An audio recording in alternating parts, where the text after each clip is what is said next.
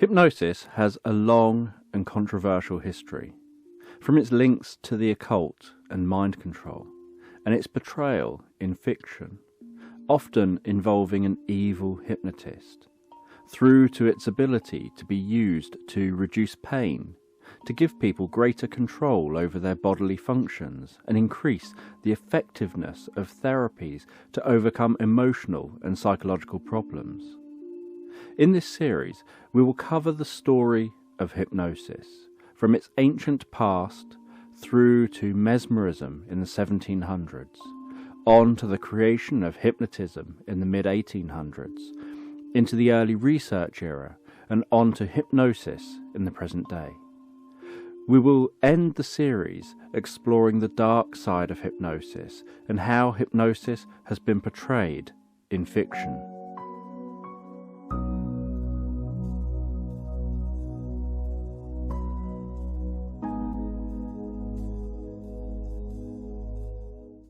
Despite all of the positives of using hypnosis, there is a dark side. It's common to hear hypnotists claim that you can't be made to do anything against your will under hypnosis, and to a large extent this is true. But there are some caveats. Hypnotic techniques have likely been used for most of human history to influence the actions of others. There have always been people claimed to have power over others. With the advent of mesmerism, there was talk of people using animal magnetism to control others. Many people believed that mesmerists asserted their will over others to control them. Through the late 1800s, novels containing hypnosis or mesmerism began appearing. Some of these presented hypnosis from a curious perspective, like entering a trance and awakening in the future, not having aged a day, or having specific abilities when hypnotized. But others focused on a darker side to hypnosis, a side which played into the image developing among the public. An image of hypnotists being able to use their abilities to manipulate others using their mind powers. In this episode, we'll cover the dark side of hypnosis, covering how those using hypnosis can inadvertently have negative outcomes, how hypnotic techniques can be used in crime, mind control, sales, and seduction. There are many examples of people attending stage hypnosis shows who, unknown to the hypnotist, can have underlying issues which, when hypnotized and given what seem like harmless suggestions, can result in the person having mental health challenges following the experience. An example of this can be someone being told by the hypnotist that they're a child, and because they perhaps had a traumatic experience at that age, they re-experience the past event and perhaps struggle with PTSD following the experience. The same can happen in counselling and psychotherapy, where the therapist knowingly or unknowingly does hypnosis and evokes negative past experiences in a way that can re-traumatise clients. This doesn't happen with all people, and it doesn't seem to be common. Those doing hypnosis can also try to do the right thing but have unexpected negative consequences. In therapy, if someone says they want something like to be more confident or to be more assertive, the therapist will ask for specifics. There are things someone shouldn't have unwarranted confidence about, and times that it is best not being assertive. Being confident that you'll do your best is one thing. Being confident that you can do something you don't have the skills to do may not be so appropriate. Being assertive in work may be fine, but always being assertive in your relationship could lead to problems. The most extreme example is probably that of Dr. Forster's treatment of Adolf Hitler to treat his blindness following being gassed during World War I, which Dr. David Lewis writes about in his book Triumph of the Will. Dr. Forster identified that Hitler was suffering with hysterical blindness, not real blindness, following being gassed. Hitler believed that this would be impossible, that his blindness was organic, not psychological. Dr. Forster used what he knew of Hitler's personality at the time as a way of tailoring and formulating an individual way to treat the blindness. Hitler appears to have been a highly responsive hypnotic subject. As long ago as the 1890s, hypnosis researchers like Jean-Martin Charcot and Pierre Janet had seen a connection between hypnotizability and somatic illnesses, recognizing that highly hypnotizable people were more prone to suffering somatic illnesses. It's very likely that Hitler developed the blindness from responding to the incident hypnotically. The shock of the incident probably triggered the orientation response, just as stage hypnotists do with shock hypnotic inductions. This triggers a need to have a solid suggestion to follow.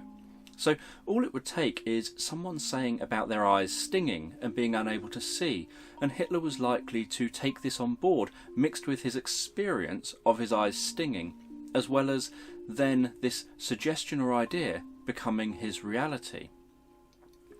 Dr. Forster started his treatment by coming alongside Hitler, pacing him rather than fighting him, his beliefs and perspectives.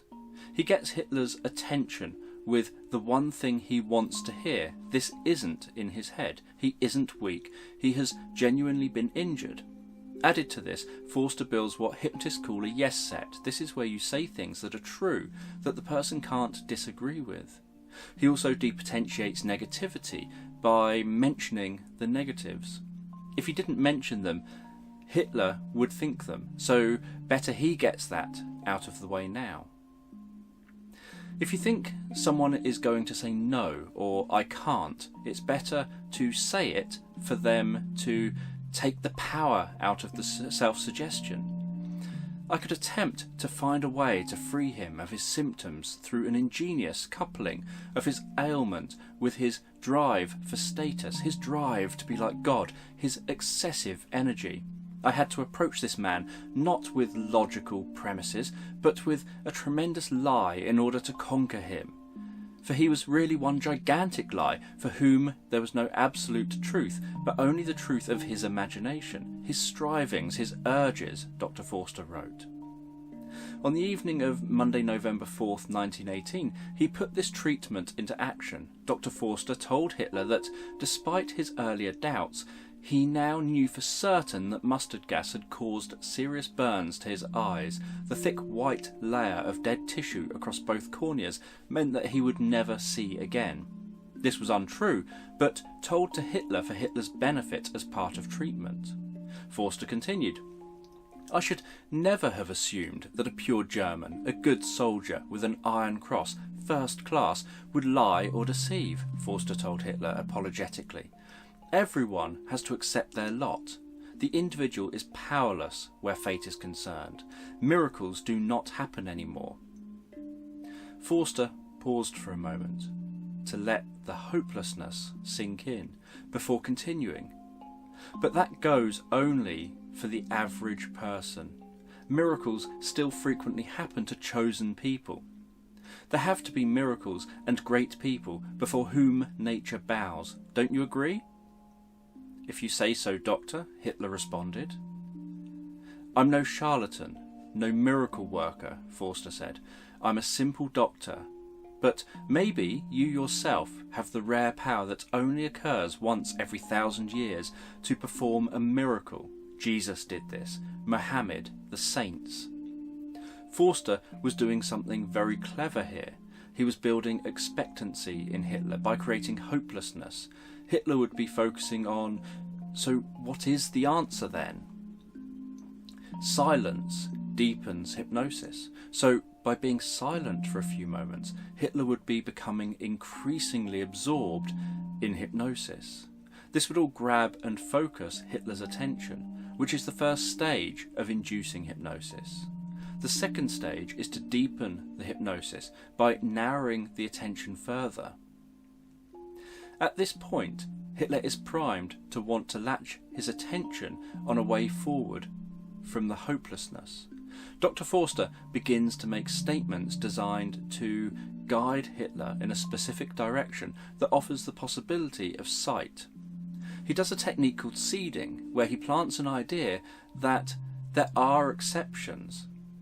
He knows Hitler doesn't think of himself as average like everyone else, and so he says that miracles don't happen to average people, but to chosen people. This sets Hitler up with a double bind. He either has to accept that he is average or accept that he isn't average. He doesn't have to consciously decide that he is chosen. All he has to do is believe he isn't average, and by implication he must be chosen. This is all done as an indirect technique. The focus isn't on the blindness at this stage, yet by believing he isn't average and by implication is chosen, he is also agreeing that he'll be able to see, as that would be the miracle. Dr. Forster followed this up, mentioning about not being a charlatan or miracle worker and just being a simple doctor. This tackles three areas. Not being a charlatan means I'm not trying to trick or con you, so Hitler can trust what he says. Stating that he isn't a miracle worker means that as this has been framed as a problem that only a miracle can treat, then if there is success and the doctor isn't a miracle worker, then Hitler himself must be the miracle worker. And saying he is just a doctor plays down his importance and puts him below Hitler, which he then follows up by focusing Hitler's attention on the idea that maybe he is the one who can perform miracles. And the way he sets this up would mean if Hitler got his vision back, it would strongly imply to him that he is a once in 1,000 years chosen one that nature bows down to. Dr. Forster followed all this up with a hypnotic technique called tag questions, which is where you ask for agreement while depotentiating the chance of disagreement by saying it first. Don't you agree? People like balance, so they're more inclined to respond yes than no. The third stage of hypnotising someone is giving the suggestion for change and carrying out the therapeutic work. I could show you the method by which you can see again, Forster continued in an authoritative tone, despite the fact your eyes have been damaged by mustard gas. With your symptoms, an ordinary person would be blind for life. But for a person with exceptional strength of willpower and spiritual energy, there are no limits. Scientific assumptions do not apply to that person. The spirit removes any such barrier. In your case, the thick white layer on your cornea. But maybe you do not possess this power to perform miracles. How can I tell? Hitler demanded. You, as a doctor, must tell me if I can do so. Do you trust yourself to my willpower? Forster inquired, and when Hitler remained silent, continued. Then try to open your eyes wide. I'll light my candle with a match. Did you see the sparks? I don't know. Not a light, but a kind of white, round shimmer. That's not enough, Forster retorted. That does not suffice. You must have absolute faith in yourself. Then you will stop being blind. You are young. It would be a tragedy if you remained blind. You know that Germany now needs people who have energy and faith in themselves. Austria has got no chance, but Germany does. I know that, Hitler said, but his voice had changed. He stood up and held onto the edge of the table, trembling with emotion. Listen, Edmund Forster said firmly. I have 2 candles here, one on the left and one on the right. You must see. Do you see them? I'm beginning to see, he said. If only it were possible. For you, anything is possible, Forster said firmly. God will help you if you help yourself. In every human being is a part of God. That is the will, the energy. Gather all your strength. More. Good. Now, is it enough? What do you see now? I see your face, your hand, and the signet ring, your white coat, the newspaper on the table, and the notes about me. Sit down, Edmund said, and take a rest. You have been cured. You have made yourself see. You behaved like a man, and you managed to put light into your eyes because of your willpower. Forster smiled. Everything he had hoped would occur had happened. Throughout his post-war life, Hitler remained convinced that the restoration of his sight was a sign of divine intervention and confirmation that the Almighty had bestowed on him a personal guarantee for his own safety and the success of his mission to make Germany great again. He wrote, "And as I lay there, the realization came to me that I would liberate the German people and make Germany great." Unfortunately, unknown to Dr. Forster at the time, the context, Hitler's personality, and the suggestions he gave to Hitler had deeper ramifications than just restoring sight. When doing hypnosis, you never really know exactly how someone will interpret your suggestions. You can only ever have a general idea and do your best to give suggestions in the direction of the therapy. Suggestions also need a lot of repetition if they're low in emotion, or very little repetition for them to stick if there is high emotion. Dr. Forster had been creating high levels of emotion and desire within Hitler. This coupled with Hitler's responsivity to hypnosis, and you have a situation where all the suggestions, even more subtle implied suggestions, were likely to be internalized and responded to powerfully. Metaphor is commonly used in hypnosis to lay down patterns in a client's mind for them to follow, around how to think, feel and act. Metaphor is very powerful and crosses contexts. In this case, Hitler couldn't see. He had become blind to the world. He was angry about his blindness, angry about what was happening in the world, and dreamed of the idea of someone rising up, ruling, and leading people out of the darkness and into the light.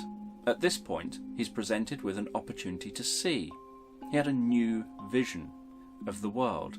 This treatment, which worked as a metaphor, would have run deep as a post-hypnotic suggestion, which is a suggestion given during hypnosis for acting upon outside of hypnosis. Not only did Hitler suddenly have new vision, he also experienced a miracle which would have fed into his ego-driven personality. He had seen the light and found the light from the darkness. By implication, he was one of those once-in-a-thousand-years leaders that rises up. Dr. Forster restored Hitler's sight, but he also inadvertently, potentially, started Hitler off on a new path as a chosen one to lead and free his people. Dr. Forster would have been unaware of this. He's unlikely to have thought about undoing any post-hypnotic suggestions, and probably didn't realise what he had done hypnotically, and how far-reaching his suggestions would go. He probably saw the case as a success. He had cured Hitler's blindness by understanding Hitler's motivations, hopes and dreams. In part 2, we'll explore the power of mass hypnosis.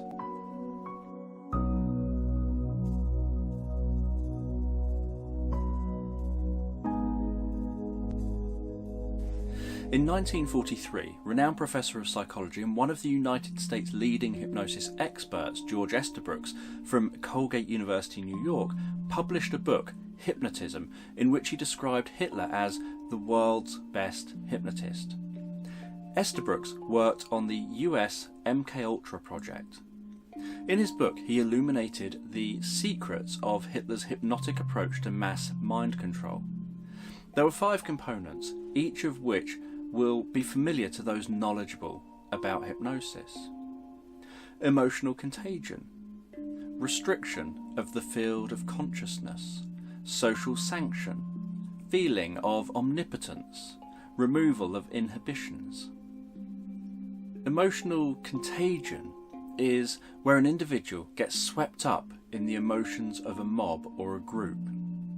If you're at a concert and everyone is excitedly cheering and jumping around, or getting emotional at a football game, people can feel like they get swept up in the experience and they start to behave like the rest of the group as they all start to take on the same feelings. It's common for people to start off on the periphery of a group, perhaps disagreeing with the group's actions, but fearful of intervening, and gradually they start getting swept up in the feelings of the group. And if the context lends itself to joining in the behaviour, then they could find themselves joining in and doing behaviours they would never imagine themselves doing.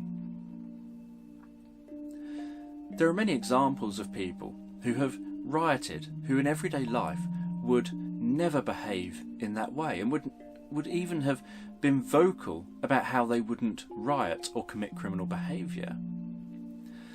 A thought experiment, which we'll refer back to as we cover the other points, could be having a friend tell you that they've just found out that one of your neighbours is a paedophile.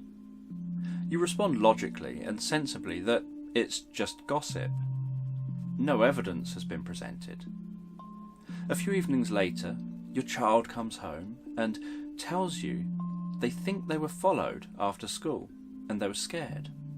You're also scared and fearful that something bad could have happened to your child. You're grateful that it didn't, but you worry that there could be a threat out there now. You report this to the police, but for now it doesn't go any further. A few nights later, you hear shouting outside. You go outside to see what's going on, and you see a gang of your neighbours outside the house of your neighbour that the friend had said was a paedophile, and they're angrily shouting and waving weapons. You go over to find out what's going on and to try to calm the crowd. You're scared because these people are all angry. Your friend tells you that the police have been to this neighbour's house about the reports children in the neighbourhood had given about being followed from school and watched over the last few weeks. But the police haven't done anything and have just left, so they've all decided for the safety of their children they need to take the law into their own hands and deal with this person. You're uncomfortable with their actions. You have thoughts about wanting to try to stop them, but are scared about getting in the way of all of these angry people. You're confused about what to do. You know logically that you don't know of any evidence that this person is guilty, but the more emotional you get, the harder it is to think logically and dispassionately. You think about your child and their safety. The crowd are so noisy, screaming, shouting, angry, waving weapons, aggressive body language, focused. You're trying to stand at the side of the crowd, trying to think about what you should do, what you can do. All you're aware of is this mob focused on their righteous action to protect their community. Then the person comes out of their house to try to confront the mob, and they attack. Someone says, "Here you are," and puts something into your hand as the mob charges at the person on their porch. Everything goes hazy. You just seem to be swept up in the experience, finding yourself running with the crowd as the crowd attacks and beats the person to death. You may be thinking that you wouldn't attack the person. You haven't seen any evidence that this person is guilty. Maybe you think, if this person is guilty, then let the police do their job. They'll find the person guilty. But in the moment, in these kind of situations, it's common for people to get swept up in the situation, to lose a sense of themselves, and to act with the mob rather than against it. Restriction of the field of consciousness is one key feature that happens with hypnosis. This narrowing focus of attention, as demonstrated in the thought experiment. Once you're out near the crowd can be all you can hear. As emotions rise, the crowd can become all you can see, and your emotions are driven by the crowd. So you have experienced a restriction of the field of your consciousness. As Esther Brooks describes, the roaring of the mob or the wild exhortations of the leader are effective in blotting out every other stimulus. This leads to an avalanching of emotional fury. The more suggestible, the more emotional. The more emotional, the more suggestible. In the thought experiment, you can see how this can happen. The suggestions from the mob weren't direct suggestions telling you to kill. They were implied suggestions suggesting you do the same as us. You get swept along in the behaviours. You start having similar thoughts to the crowd, starting to see the world how the crowd is seeing the world.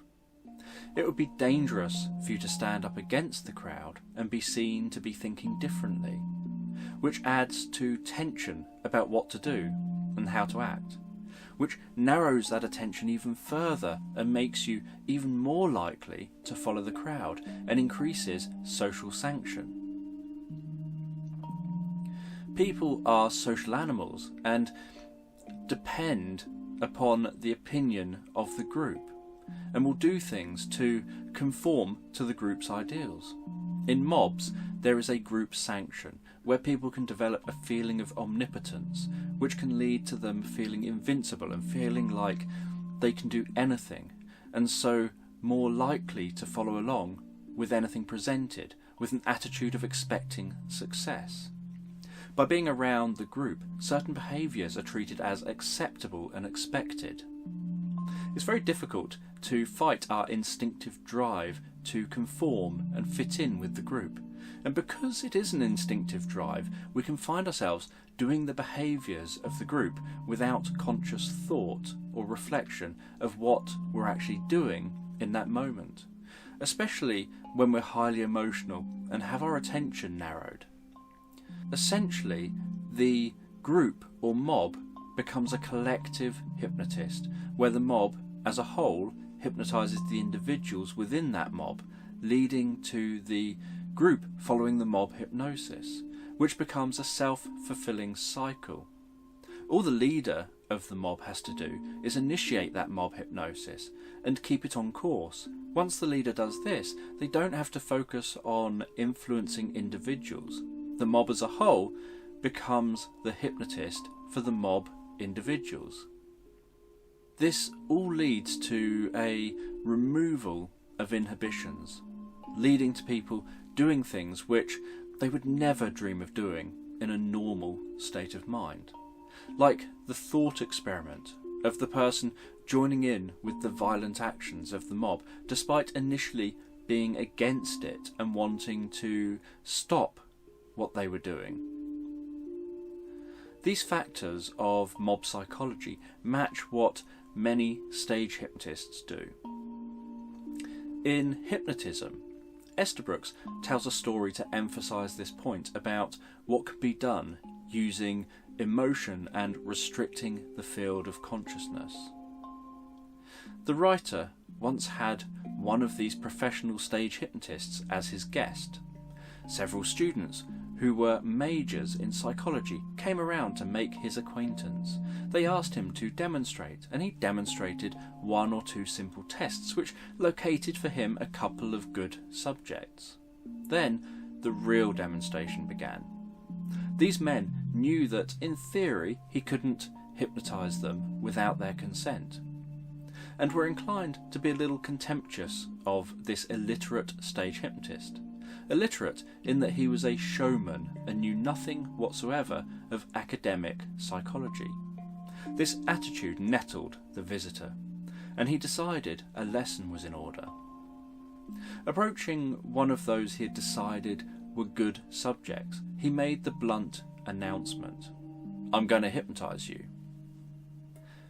"Thanks, I don't want to be hypnotised." "That doesn't mean a thing," replied the professional. He stepped up quickly in front of his victim, seized him by both arms, looked straight in his eyes and said, "Now, listen, my child, I'm going to give you a little lesson in manners. You can't take your eyes off mine, so don't waste time in trying, and you can't sit down in the chair, so stand where you are. You're going sound asleep. I will count to 5. By the time I get to 5, you will be out on your feet." And he was. The subject was obviously angry, made abortive efforts to strike the hypnotist, but went into a deep trance, a very neat display of the highly emotional nature of the professional attack. Hitler appears to have used emotional contagion, using fear initially. Estabrooks states, "It would be a brave man indeed in Germany who dared raise his voice against the leader. Anyone who stepped out of line by perhaps listening to shortwave radio to hear foreign stations, or tried to read foreign papers or to question authority, does so at great risk to themselves." He continued, "People who spoke up against Mussolini vanished, which made the prospect of doing so scary. But the Nazi improved on this technique by instilling genuine fear with concentration camps." Estabrooks states that these are much more effective. Death is a sudden thing and tends to be forgotten, but the living death of a political prisoner is a constant reminder to all that discretion is preferable to courage. When choosing the emotions to use, Hitler used fear to silence opposition, but also used fear because it is a useful foundation to build hatred on. Add to the hatred patriotism and myths of Nordic superiority, and you have something really powerful, something giving a story, meaning, something to believe in, and a group to feel a part of. At the same time, there were news stories, like a scientific study concluding Nordic hens are superior to Mediterranean hens, which, although fake news, demonstrates the power of fear, even on scientists. If the scientists of the studies had refused to follow orders and published the study stating that they knew what their fate would be. With the manipulation of public news showing German superiority and us versus them stories, this fed into and supported the created reality of the masses. There would be people against it, but the plan would be for fear to keep them in check. Hitler took control over the press and the new technology of the radio, creating a potent weapon, because radio were in people's homes and the press were being controlled, so there was emotional contagion of fear and hatred and anger, and there was the restriction of the field of consciousness on the reality created by the Nazi. People would sit in their homes with just the one dominant theme, Nordic superiority, and the story Hitler wanted presented to the people, which would help build fear, hatred and anger. Hitler built up the illusion of the social sanction by controlling radio and the press, promoting that the Nordics are the only superior race. They're being hemmed in and persecuted by all other groups, but it is their God-given duty to rise superior to these circumstances and rule the world. This gives individuals the necessary social sanction for their actions and supplies them with a feeling of omnipotence to take group action, as each individual acting with approval of their group and feeling that only the group approval is worthy of consideration, which means any action undertaken because the group suggests or expects it is justified. This allows each individual to be released from their inhibitions to carry out behaviours they would never ordinarily do. Estabrooks explains that in laboratories, the hypnotist will try to keep the environment quiet, avoiding noise and distraction, to try to increase success. Yet the stage hypnotist will find that the brighter the lights, the bigger the crowd, the better the success. Hitler had more in common with how stage hypnotists work rather than clinical or research hypnotists. Clinical and research hypnotists usually use relaxation inductions. They have a quiet environment and suggest relaxation. Stage hypnotists, on the other hand, often use shock, surprise and confusion. They're often showmen who may have loud environments, bright lights, lavish or grand sets to create a mood or image, posters and marketing material and claims which build up expectation, and often in an audience people have excitement but also anxiety at what is going to happen and whether they'll be hypnotized. As well as knowing about hypnosis, Hitler had studied Gustav Le Bon's book The Crowd about crowd psychology. Esterbooks described Hitler's meetings. Hitler stages the meetings at night in the open. He himself is in the glare of lights, is above his audience, forcing the listeners to look up at a bright object. Braid, in the 1840s, discovered that this simple concentration on a bright object above eye level was quite enough to get hypnotism. As well as doing this, he focused on the importance of marketing materials, posters, and on how things would be staged, like having himself higher than the audience. And as he had more control over his environment, rather than just speaking in clubs and bars, he was able to control lighting, audio settings, how he chose to use his voice and gestures, and how his image was portrayed to the public and others. In part 3, we'll look at how hypnosis can be used by politicians.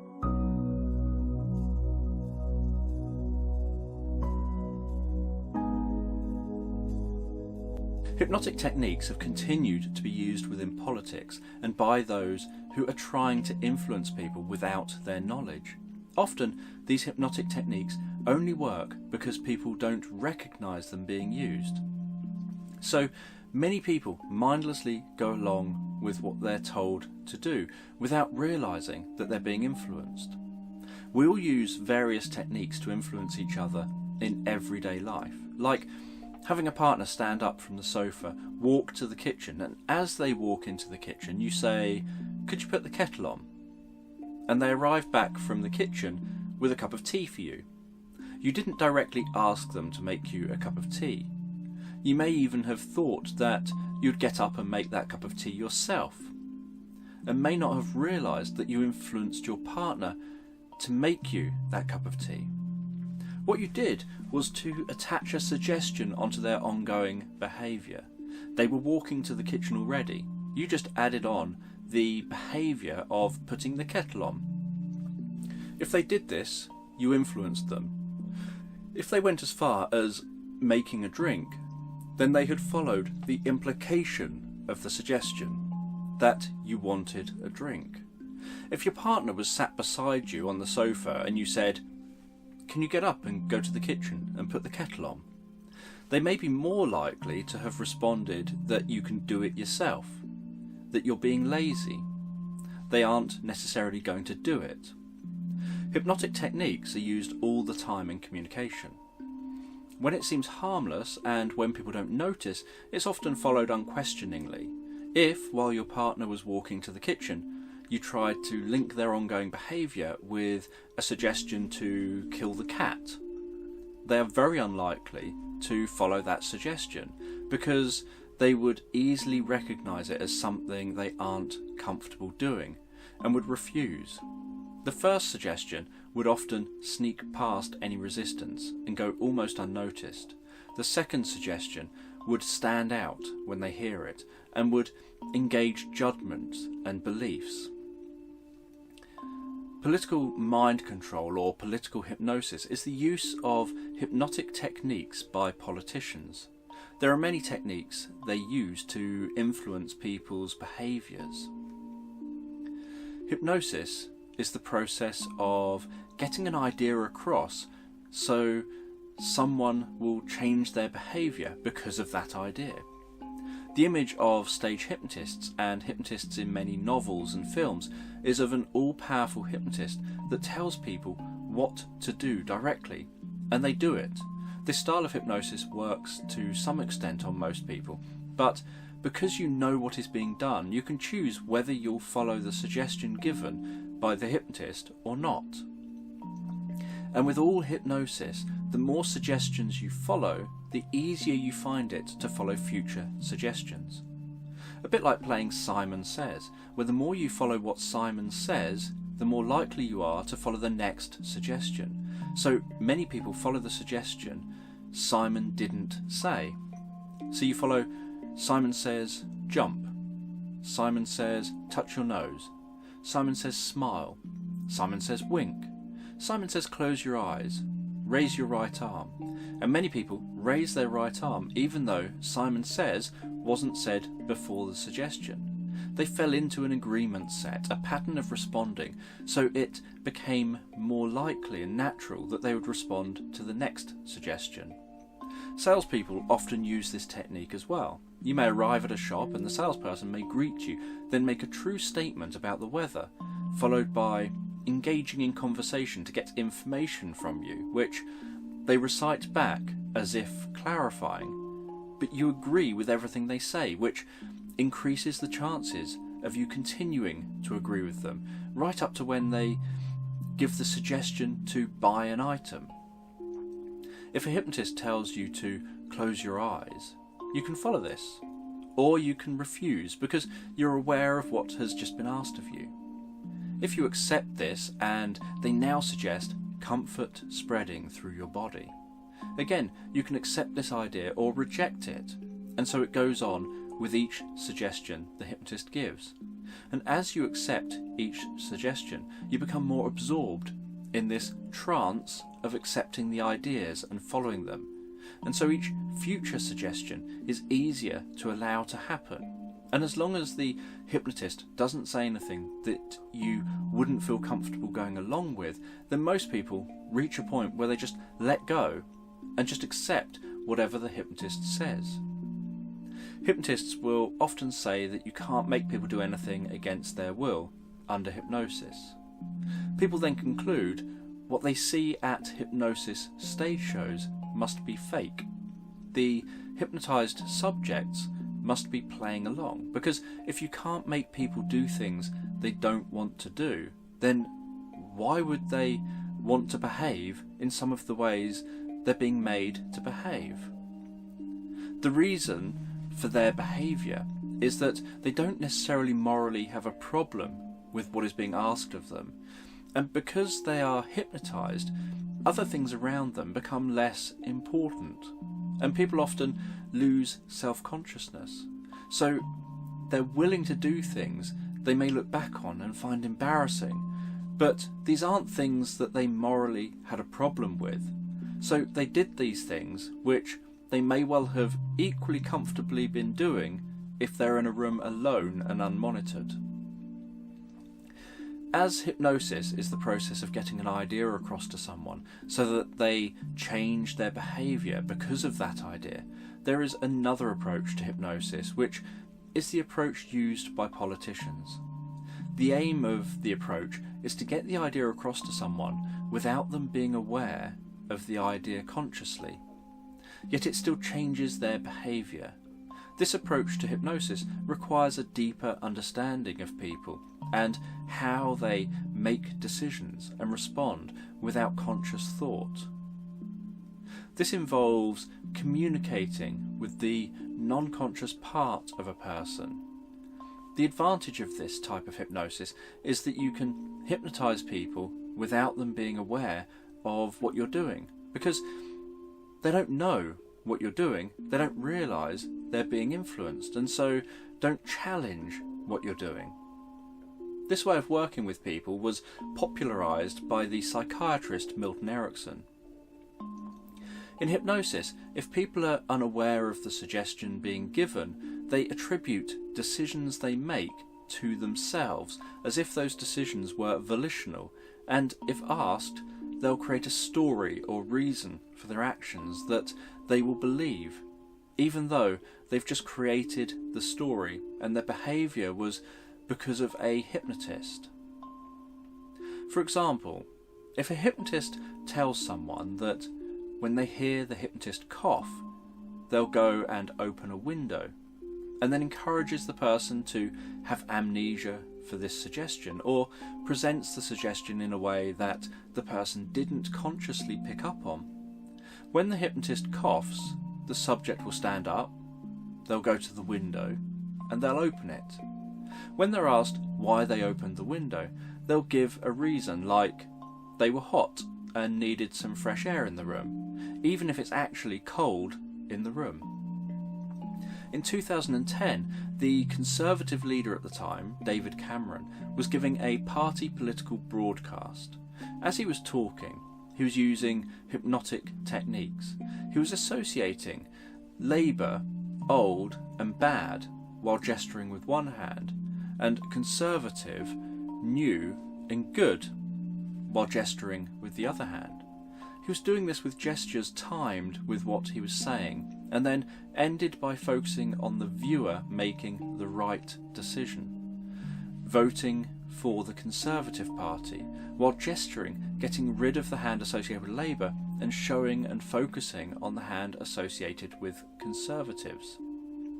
This making the right decision carried on into one of the first things David Cameron did when Conservatives won the election, which was to set up the Behavioural Insight Team, or Nudge Unit as it became known.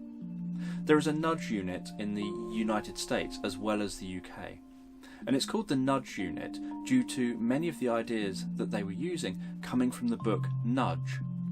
The idea was to help the public make the right decisions.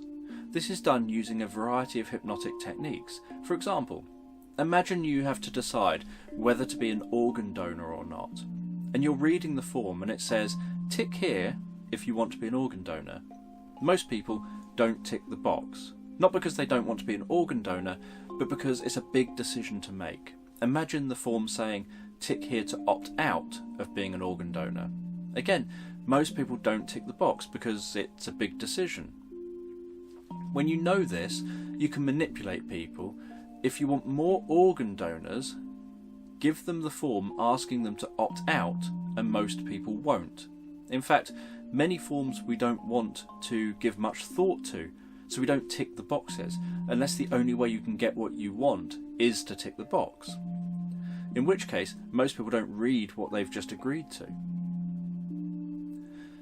Hypnotic techniques aren't just verbal. They're about getting messages across to the non-conscious part of people. So if there was a slogan, everybody's talking about it, then the message is, if you aren't talking about it, you're not part of everybody.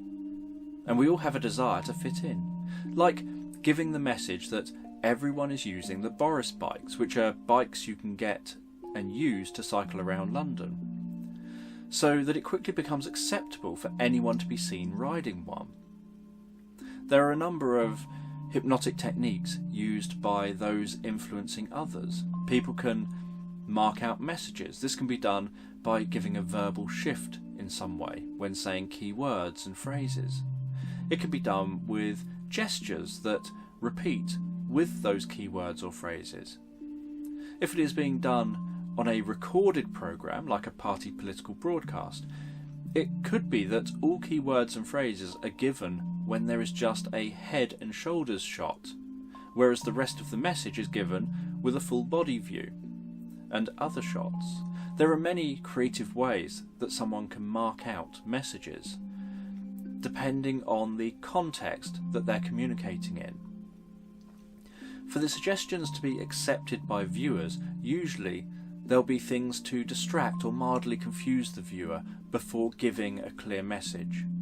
At the end, using the same gestures. An example of how this works is David Cameron building the association with bad old and Labour with one hand and good new Conservatives with the other hand, and then ending with, so you can either have things the old way, using the Labour gesture, or you can make the decision to have something new using the Conservative gesture. An example from Hypnosis is perhaps tapping someone lightly on their arm each time the hypnotist says something associated with the idea of laughter, and then ending by saying, and you can get that now, and tapping the same place when they say that, and the person starts laughing. The next hypnotic technique commonly used is vague language. You may be thinking that this is obvious. Politicians use vague language all of the time to avoid answering questions. And you would be correct. They do use vague language to avoid answering questions, but they also use it to sound like they're conveying something meaningful when they aren't actually saying anything at all. This type of communication induces an inner search for meaning in the listener. When you hear vague language, you have to go inside your mind to work out the meaning of what is being said. So if someone says something like, "I know these issues that are important to you. I know you want our education and healthcare system fixed. We want that too. So if you vote for us to be in power, that will give us the opportunity to make changes to the outdated education system that is failing so many young people. There have been more young people not in education, training or employment than at any other time over recent years. And we'll sort out the National Health Service. We know you want better services, less waiting, faster access to GPs. We'll implement the changes that are necessary to the NHS to improve efficiency." They haven't actually told you anything about what they will do, and you have to search inside your mind to find what you think each of the words and phrases means to you.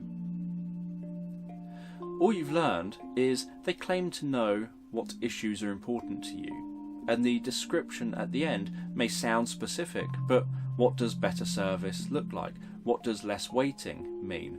And what is meant by faster access to GPs?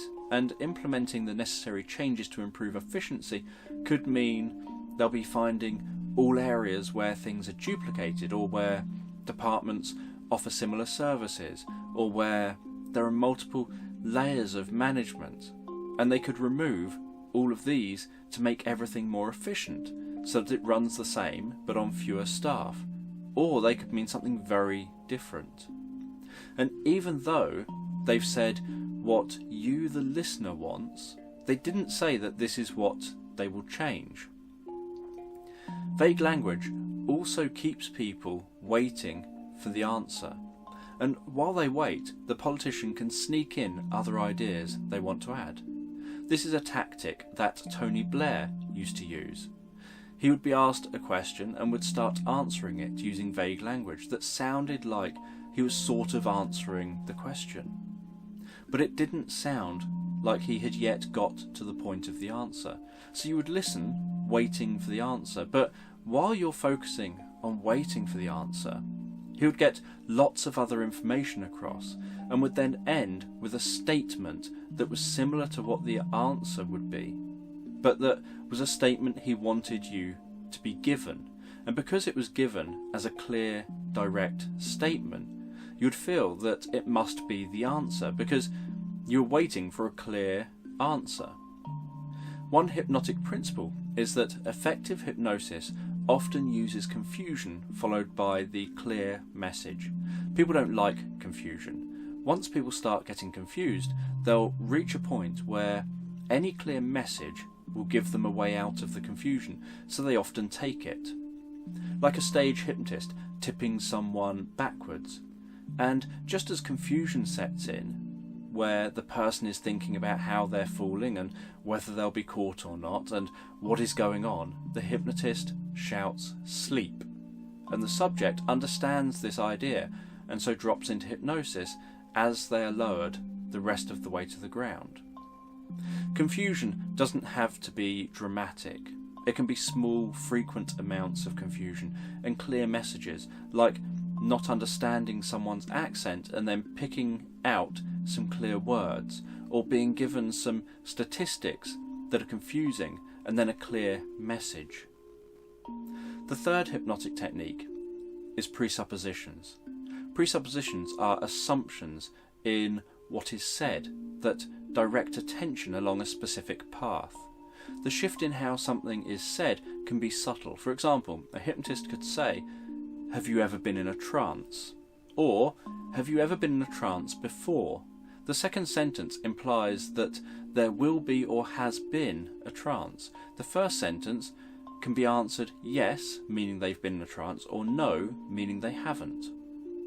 This may seem like a small difference, but it makes a big difference as time goes on, and this technique is used over a period of time. For example, there is a difference between what would things be like if they changed, and what will things be like when they change. The first sentence is hypothetical, whereas the second sentence assumes change is possible and will happen. Sometimes, to soften and hide the technique being used, politicians will start off with language like would and transition towards using words like will or when. Common words that are used include before, during, after, as, while, and when. Politicians using these techniques may say things like, "When you decide to vote, it will be important that you consider all of the options. I'm not going to try to convince you who you should vote for. You could vote for the opposition, or you can vote for me. And when you do vote for me, that will be the important thing. Most importantly, we want to see people out voting." And I'm often asked what changes I would make if I was Prime Minister. Well, if I was Prime Minister, the first thing I would do is begin to address those issues that are most important to the nation. I'll improve the NHS, create new jobs and transform the education system. And after this, I'll begin to look to the future at what will help this country to be the best place in the world to live. This is just 3 of dozens of hypnotic techniques used by politicians and others to covertly influence people's decisions. The only real way to reduce this influence is to notice that it is taking place. And when you notice it, then you have a choice. You can continue to listen, but you'll now be able to make an informed decision rather than a manipulated decision. You can decide to ask questions to fill in the blanks from vague language, and you can decide not to act when encouraged to do so. You may think you wouldn't pick somebody because they manipulated you. If someone asked you why you voted for a specific party or candidate, you may think you can give an honest and accurate answer about why you voted for that person. There was an experiment done where people were shown 2 photographs and asked to select the photograph of the person they would most like to go out with. They were then handed the other photograph using sleight of hand. Most of the people didn't realise they were now holding and looking at the photograph of the face that they didn't choose. They were asked why they chose that face, the one that they didn't choose. And most of the participants spoke about what they liked about the face, as if it was the face that they had chosen. In priming research, when people are given words to sort into sentences that are related to old age, they walk slower than they did back from the room that they've just created that sentence in, than the speed it took them to walk to the room. When people are given words related to youthfulness, they walk faster back from the room than they walked to get to the room. And when people hold a warm drink before meeting someone, they like that person more than when they meet someone after holding a cold drink. And in these experiments, people don't notice that they have been manipulated. And when questioned, they don't believe that their behaviour changed or that it was due to external manipulation. All these priming techniques are also hypnotic. They create behaviour change, and it happens on a non-conscious level. So if a politician wanted people to warm to them, they could have people in a warm environment or give people warm drinks. They could be in a warm and cosy looking location in a political video. They could talk about warm things like summer holidays. If they wanted people to feel youthful and adventurous or risk-taking, then they could use words and phrases associated with the youth, or show footage of young people or people acting adventurously. If they wanted to stimulate passion and love for them or their cause, they could get everyone active and lively, and those people are likely to associate the increased heart rate and elevated physiological response as being to do with the politician rather than what they are doing. There have been studies where 2 people have spoken with each other on rickety old bridges, in cinemas viewing scary movies, and also people in regular movies and on wide, sturdy bridges. Those in scary movies and on rickety old bridges often interpret the increased heart rate as being due to attraction rather than because they are on an old bridge or watching a scary film. There are many aspects to effectively influencing people. It's common for people to say that there is no way they could ever be manipulated into doing something against their will. They are probably thinking that it can only happen to weak-willed people. In reality, most people can be convinced to do something they wouldn't normally do.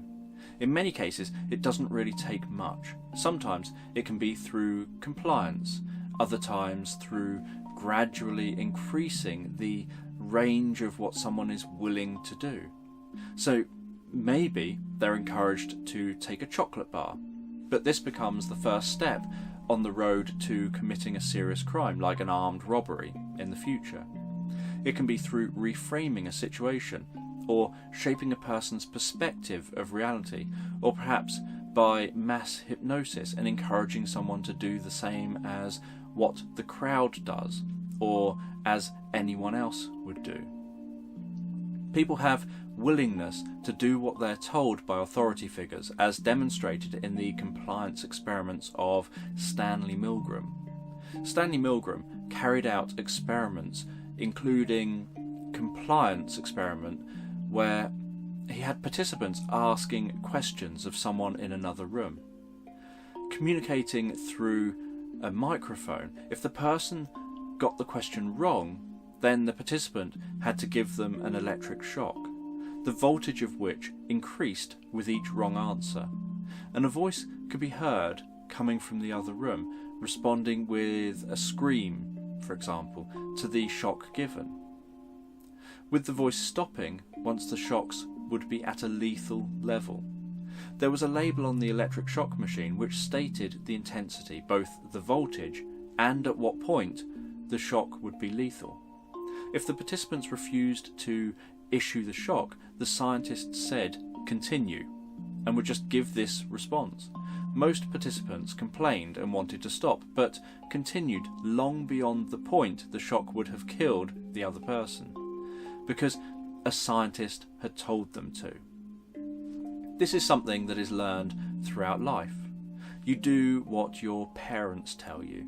You do what your teachers tell you. Most people don't ever question what is being asked of them.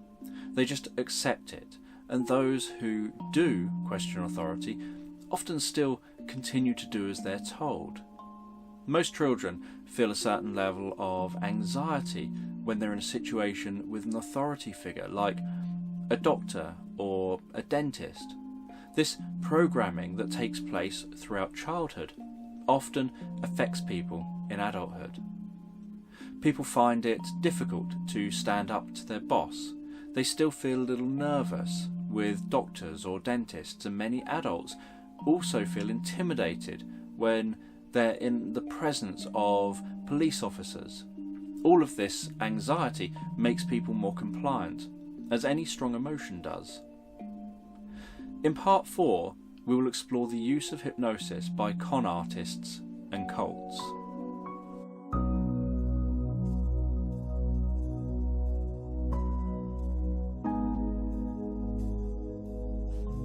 Many con artists take advantage of automatic compliance by putting on uniforms that people will respond unquestioningly to, like security uniforms or official uniforms. As long as the con artist acts confidently, as if they really do hold the position they claim to hold, and they keep the person in a slightly confused state of not giving them enough time to step back in their mind and assess the situation fully, they're likely to be successful with the con. Con artists often use hypnotic techniques like confusion to influence people. There are examples of people walking into fast food outlets which have charity boxes next to the tills, and while they're paying for their food, they create a little confusion as they hand over the money, and they talk about the charity boxes and how it's good to give back, as they encourage the member of staff to give their money back with the change. Some con artists can create confusion and then directly ask for a person's wallet or mobile phone, and because this is a direct suggestion at a time the person is looking for a way out of the confusion, they accept and follow the suggestion.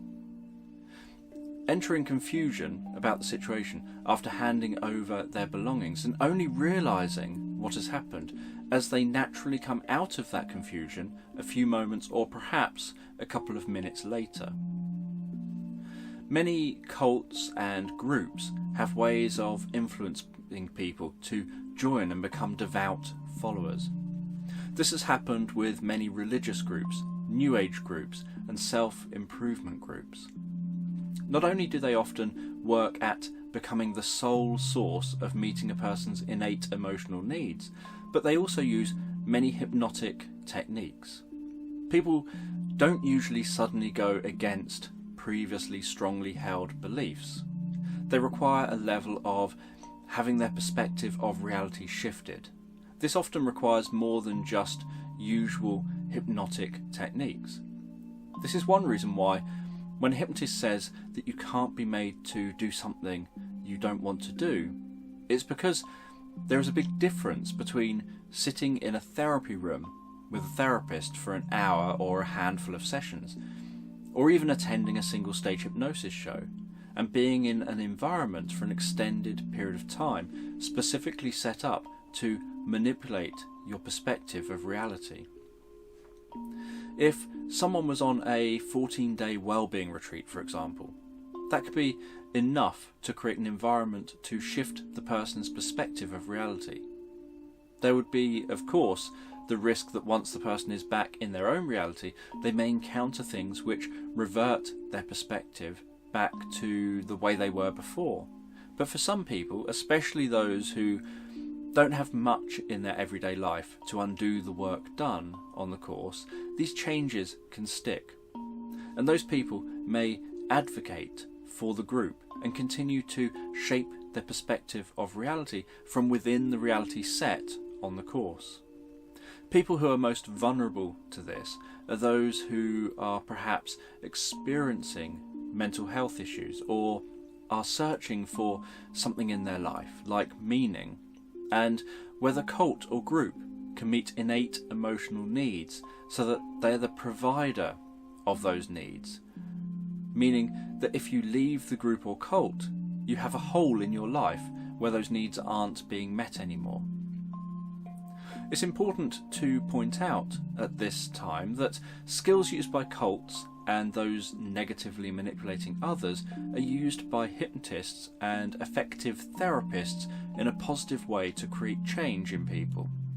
Hypnotists and therapists aren't usually in a position to create strong negative change, even in someone who is incredibly vulnerable, because they don't see the client as much as a cult or group sees a follower.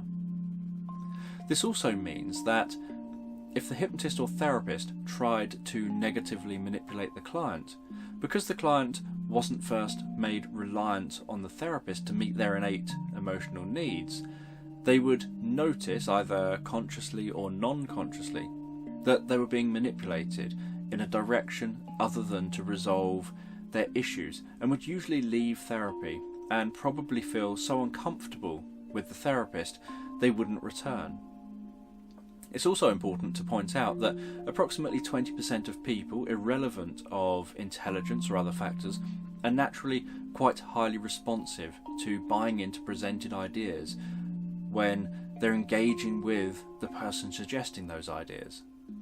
This means that when a cult uses hypnotic techniques, knowingly or unknowingly, about 20% of people who are engaging with them are very likely to respond to them strongly.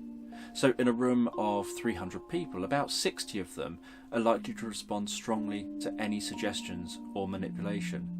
And it's actually likely to be higher over time, because the least responsive people are often more likely to drop out of the cult as their life sorts itself out, or even decide on day one that it isn't for them, and so they just don't return, maybe feeling uncomfortable with the experience, leaving the more responsive followers there. Although hypnotists and therapists can rarely negatively manipulate people to do things they wouldn't ordinarily do, there is an exception, and that is therapists who hold workshops and those therapists who practice unethically, focusing on making sure they meet the client's needs themselves so that they're an integral part of the continued stability of the client's life. There are many workshops held on subjects from communication skills to stress management. Some of these are used to manipulate people into wanting to attend more courses. Some are run like cults and gain cult followings that helps to make large amounts of money for the organisers. Obviously, there are also those courses that are run to benefit participants, and frequently they'll promise a high desired outcome that in reality will be unlikely to ever happen, and the reason for this will usually be focused on how the participant just isn't ready yet in some way. There are a wide variety of techniques and skills that cults use, some knowingly, some unknowingly, to manipulate people into changing their beliefs. Generally, the stronger the emotion you can elicit in someone, the easier and quicker it is to manipulate them and change their perspective of reality. Some of the main techniques used include the agreement set. This is a favourite of salespeople. It's a line of questioning or statements where the speaker is aiming to get continued agreement. This works because the more agreement that is created, the harder it is for the listener to disagree. The questioning and statements will all be undeniable. They may not necessarily all be provable, but the listener won't be able to disagree. Statements that could be said are things like, "You all want to achieve a state of happiness, peace, and enlightenment." The Bible teaches many useful lessons that we can all learn from. Sometimes agreements can be elicited by getting negative responses. This is often mixed in with positive agreements because if someone is always responding yes to everything, they may start to get suspicious. When someone gives a negative response, either verbally or just an implied no, it gives the listener a chance to say no and feel that they may be disagreeing and feeling they have control over their decisions and responses. They often don't realise that the no was actually them continuing to agree with the speaker. Some examples could be, nobody wants to be sentenced to eternal damnation. You don't want to miss out on the chance for eternal peace and happiness. Tag questions are questions where the speaker adds a negative onto the end of what they say. Too many tag questions together can seem false, so it often gets used on key points that the cult speaker wants to increase the chance of agreement for. Tag questions add "don't you" or "do you not" or "have you not" or "haven't you" to the end of a sentence or another similar negative. This takes away the need for the listener to think of the negative response or to give a negative response to the question. Some examples of tag questions could be, "I'm sure you'd all agree that peace and happiness of mankind is worth fighting for, do you not? Our freedom is something that we should all fight to achieve, shouldn't we?"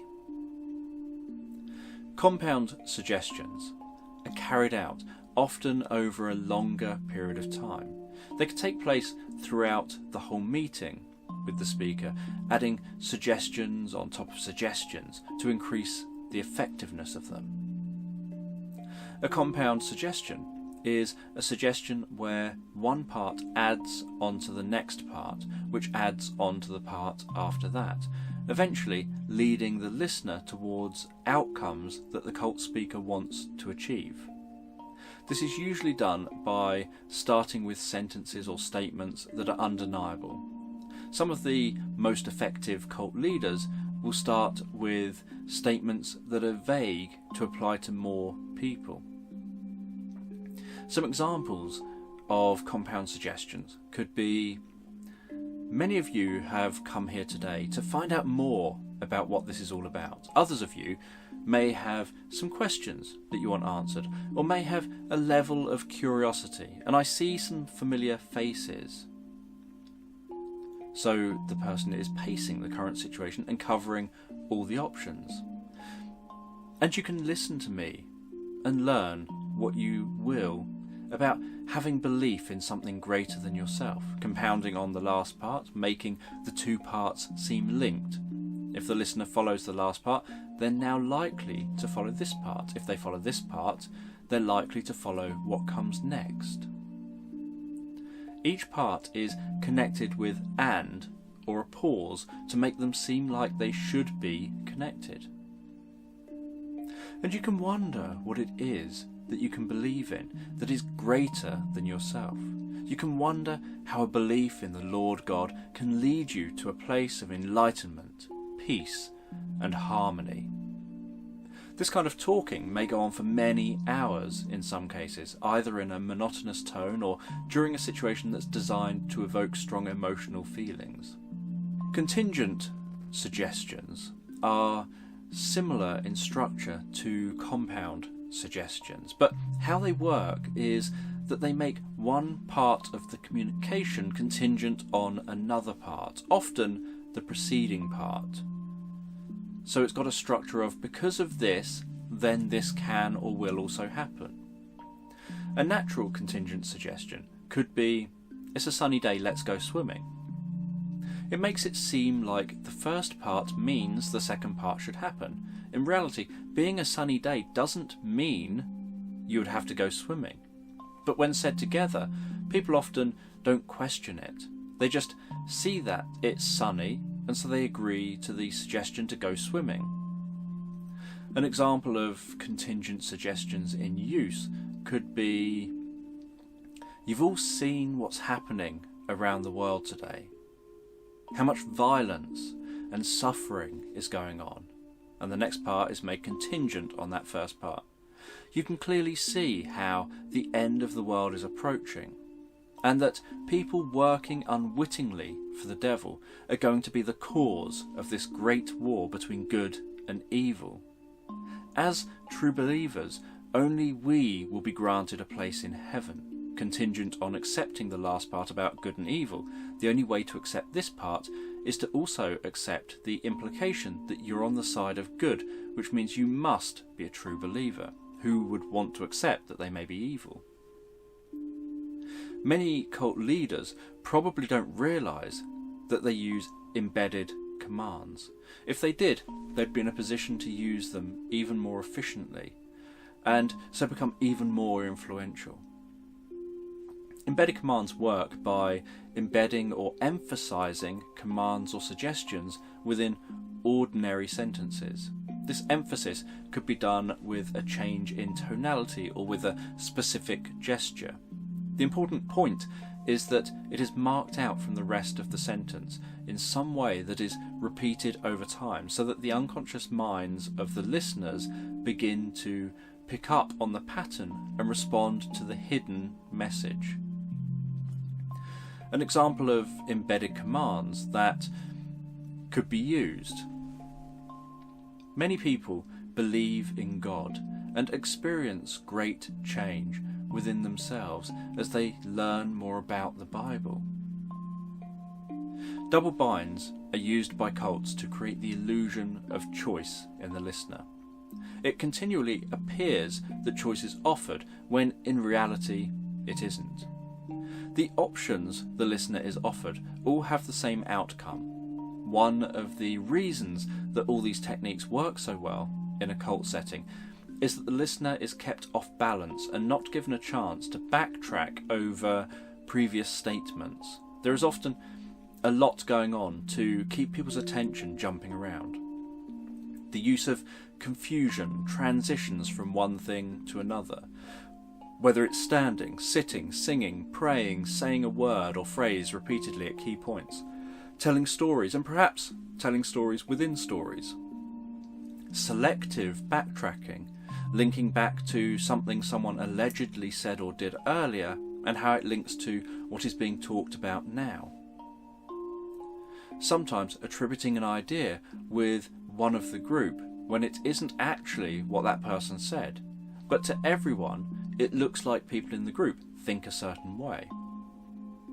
Some examples of how double binds might be used. As you listen to what I'm saying, you can decide what you can do to show your support, or you can think about how you can help us to spread the word of God. I don't know whether your belief in God will be strengthened by the changes that occur in your life, or because of a change in the way that you think about things. All cults use metaphors or stories to plant ideas in the listener's mind. This is such a natural feeling process. We all do it with children. We tell children stories like The Ugly Duckling to plant ideas in the child's mind that they can learn from and use in areas of their life. In most cults, they have large texts that are full of stories that can be used to explain points to the listener. I had the experience in a religious meeting where the speaker used a story about a toothbrush and brushing your teeth to start his talk on why it's more important than ever to believe in God now. Cults seem to thrive on responding to what people say with stories that plant patterns in the listener. Often, the ideas contained in the stories don't get consciously noticed by the listener. They just sink in. People have an inbuilt response to stop and listen to stories and to remember the basic structure of stories.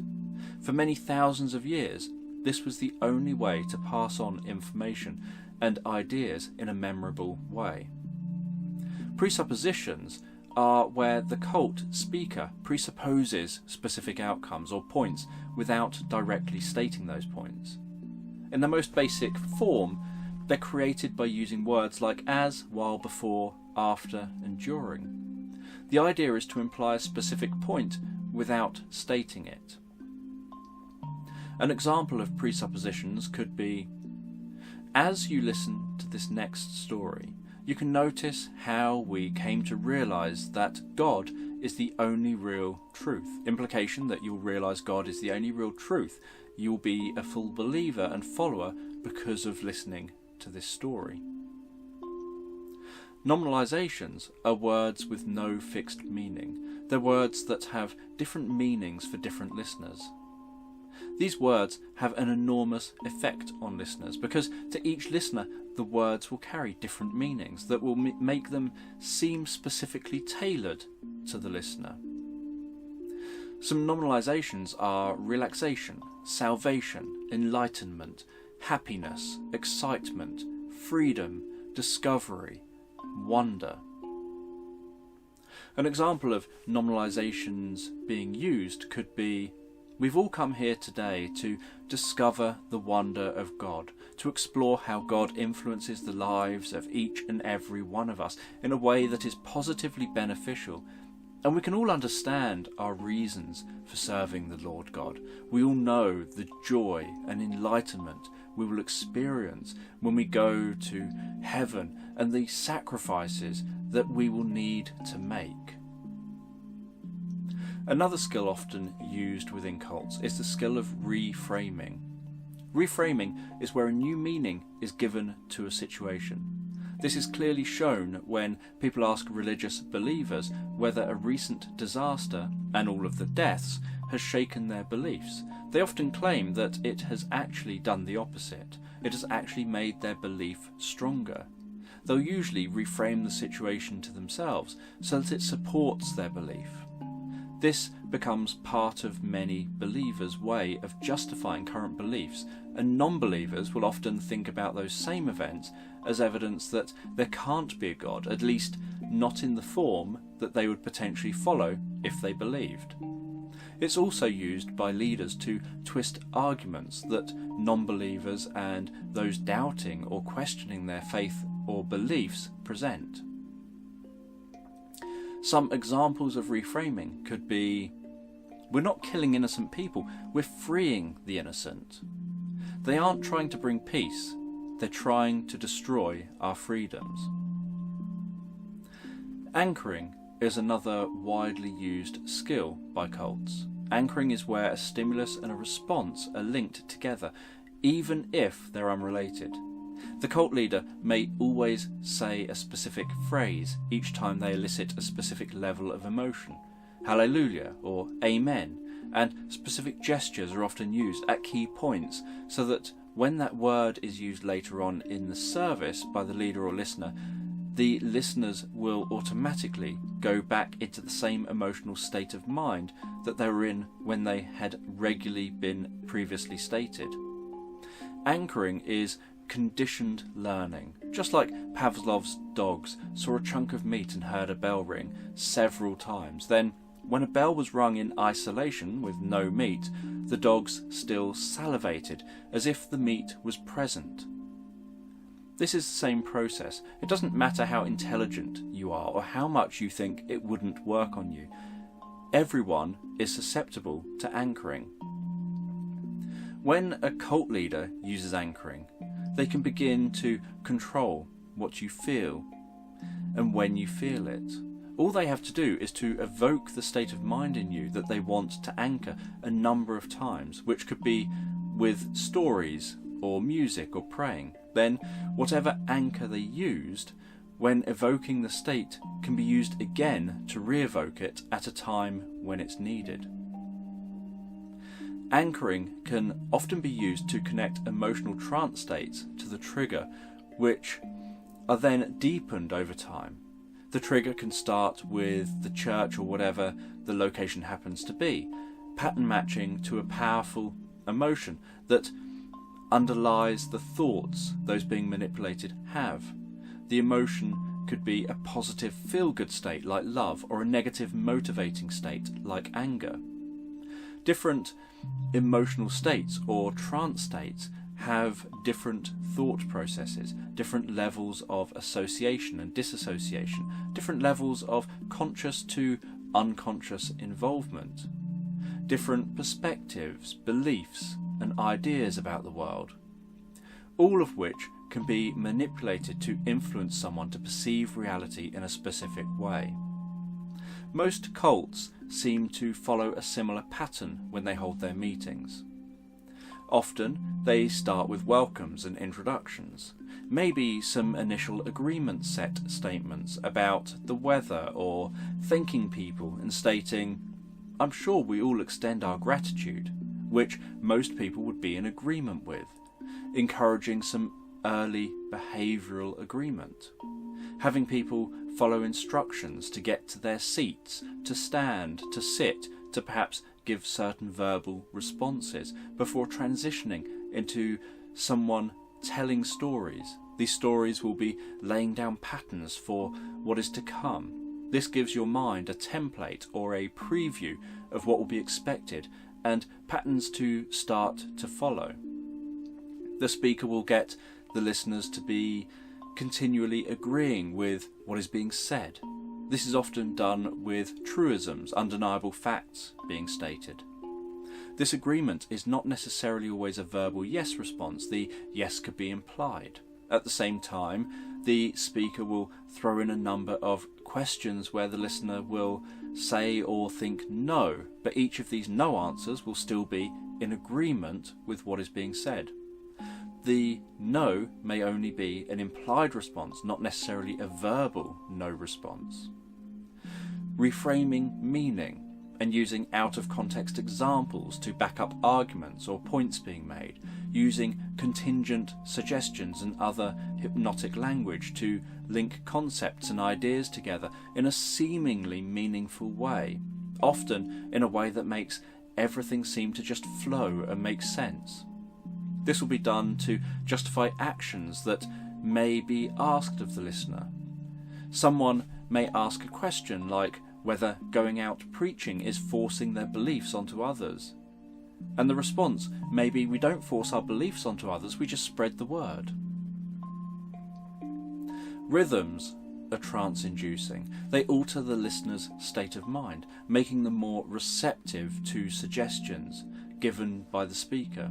They create a hypnotic-like state in the listener. Music and singing also makes people carry out ritualistic behaviour where they're all behaving the same and falling into rapport and all responding the same to the speaker. The more people respond to instructions, the more likely they are to respond to the next set of instructions. If they're told to sit, and they do, and then they're told to stand, and they do, and then they're told to sing hymn 301, and they do, they'll be more likely to continue to follow orders. Many cults burn incense or other substances that cause a lightheadedness, which also increases responsiveness. Using the music and a rhythmic voice, the cult leader will try to increase the level of emotion in the room. The higher the level of emotion that they can create, the more control over the listener they can have. This is because high levels of emotional arousal shut down the higher areas of the brain, which is why whenever you're emotional, you're more likely to make bad decisions. You stop thinking and processing effectively. The speaker wants to create a receptive state in the same way a magician wants to build up suspense to enhance the finale, which in this case is the listener believing and going away, spreading the word, or being a follower of the cult. Lastly, they'll give a number of direct commands, or at least encourage the listener to say those commands to themselves out loud, like "I believe."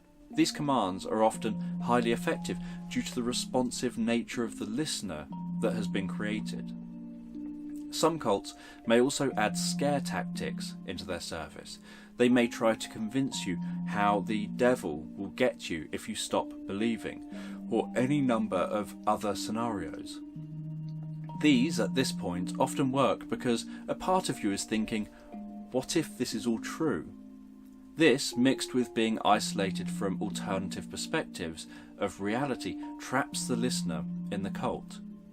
When you're in a highly emotional state of mind, it's difficult to not see a what if come to mind. Most people are highly unlikely at this point to think to themselves, that was rubbish, and just walk home. It's one thing encouraging people to join a cult or gang, but how can it be possible to make someone go from acceptable beliefs and views to being willing to die for a belief? It isn't just cults that manage to convince people to die for their beliefs. Politicians and many leaders manage to convince people to fight and be willing to die for a cause. This is what we'll cover and explore in part 5.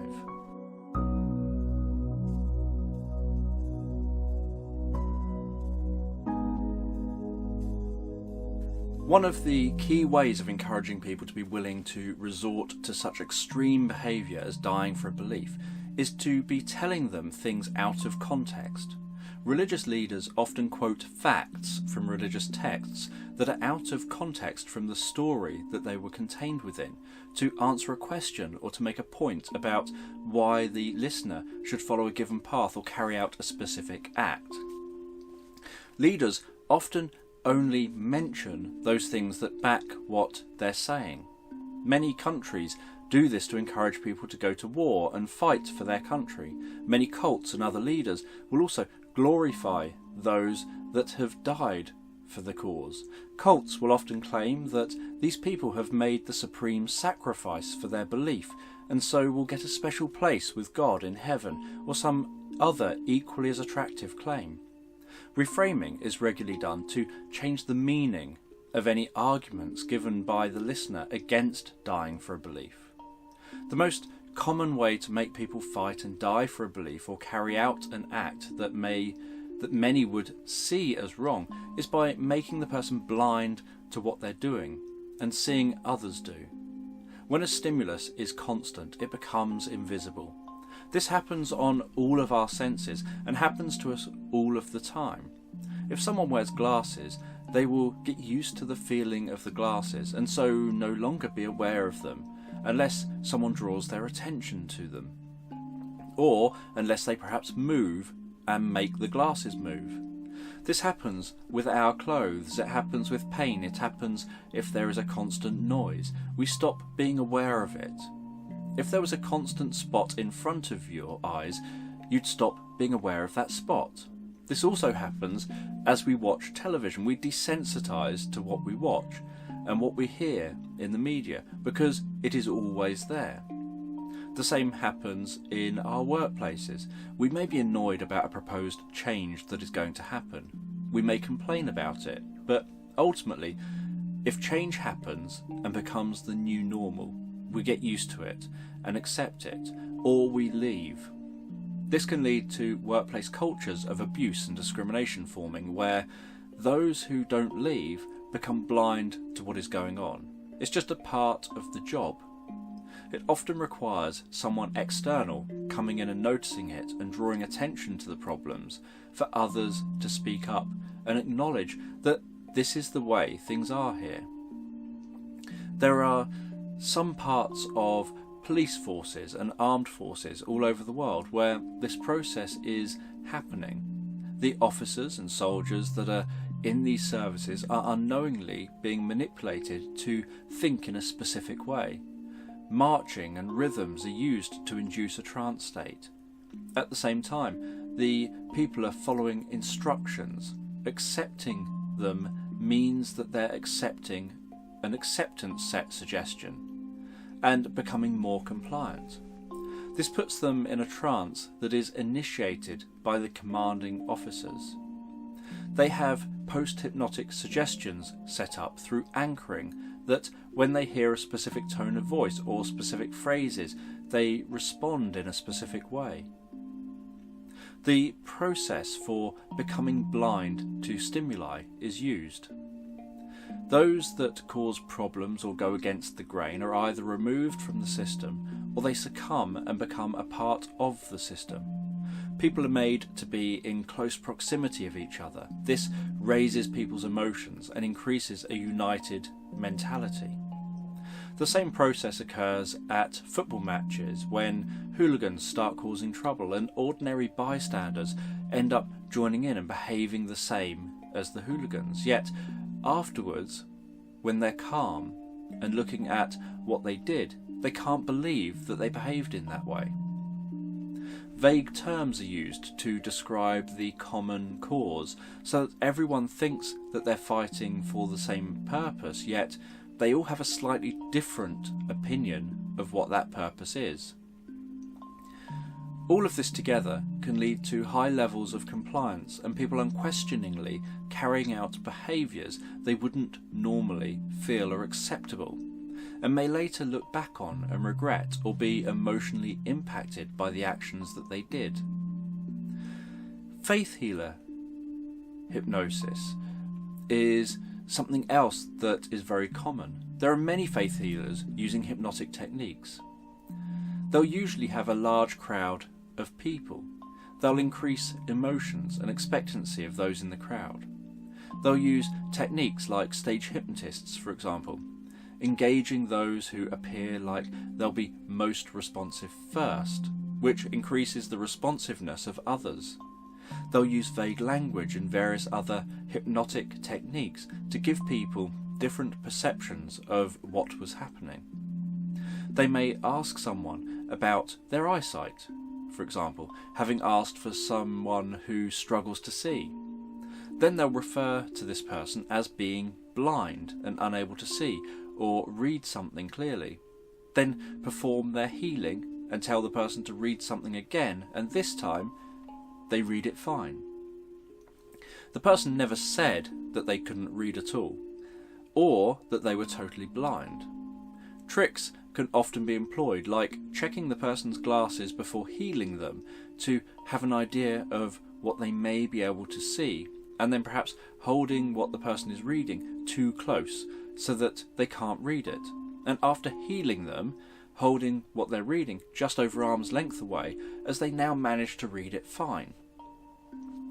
The healer will use tricks that look like dramatic healings to increase the responsiveness of others, like claiming that someone's bad back is because of their legs being slightly different lengths, and showing that this is the case by having the person sit down and showing the audience that one leg is a centimetre or so longer than the other, then healing them by lengthening the other leg to the same length. What they're really doing is finding someone who has slip-on shoes.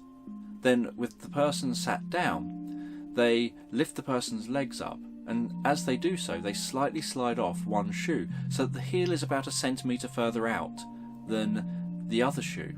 Then they claim that they're extending the shorter leg, while actually just sliding the shoe back onto the foot. They use the power of placebo and adrenaline. This works especially well with pain, where people perhaps have too much pain to walk and normally believe they don't have enough strength to stand and walk. But once their emotions have been heightened and they're in a more receptive state and not focusing on the pain itself and having their body flooded with pain-killing hormones, with a little help they get up out of their wheelchair and start to walk.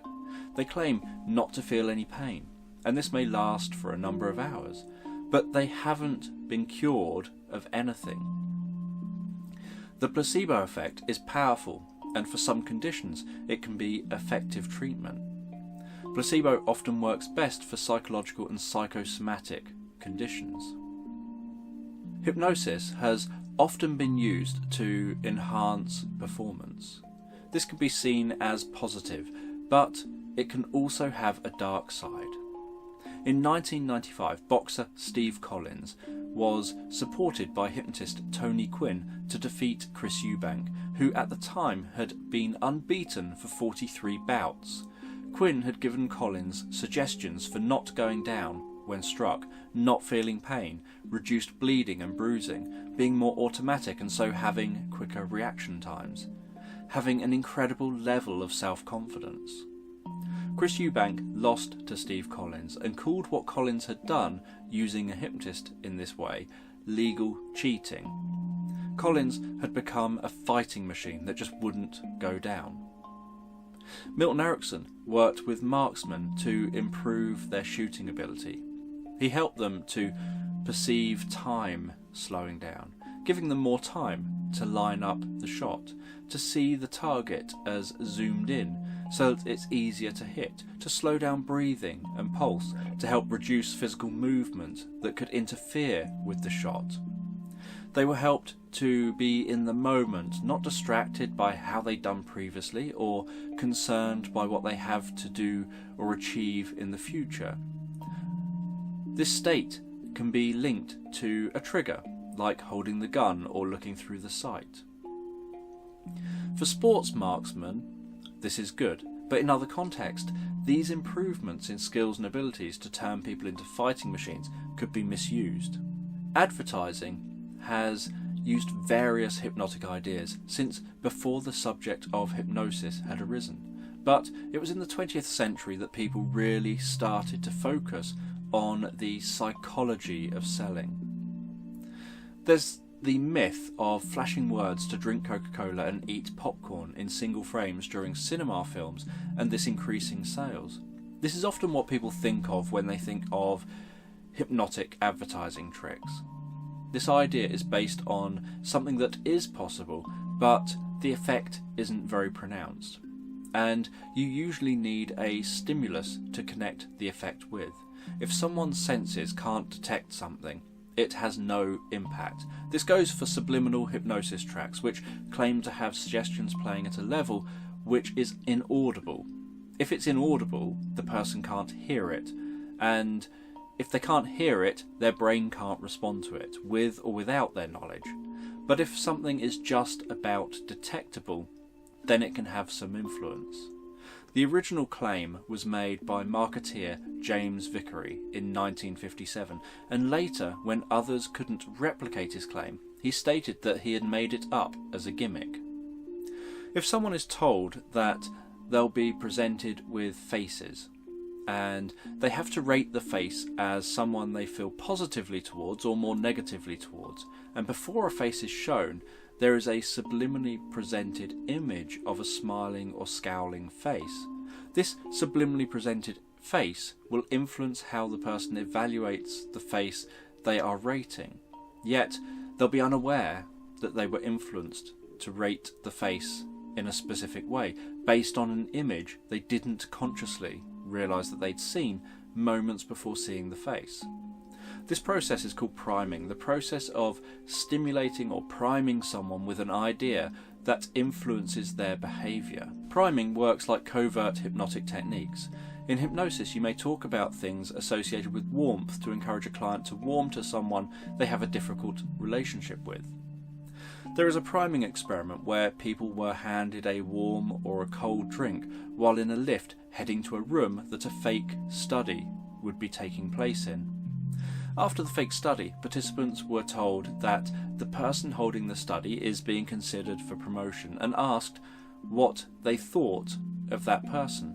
Those holding the warm cup when heading to the room warmed to the person. Those holding the cold cup didn't feel a connection with the person. The warm or cold cup worked as a physical suggestion for warmth or coolness, just as a hypnotist's verbal suggestion did. But hypnosis isn't all about verbal suggestions.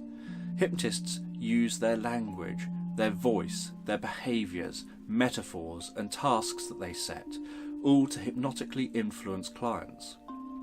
A hypnotherapist may encourage someone to follow a challenging trail up a hill and tell them, once they reach the top, to take time to take in the view as a way of giving the person an experienced suggestion for struggling, overcoming obstacles, achieving success, and seeing how far they've come, gaining a new perspective of their journey and where they are.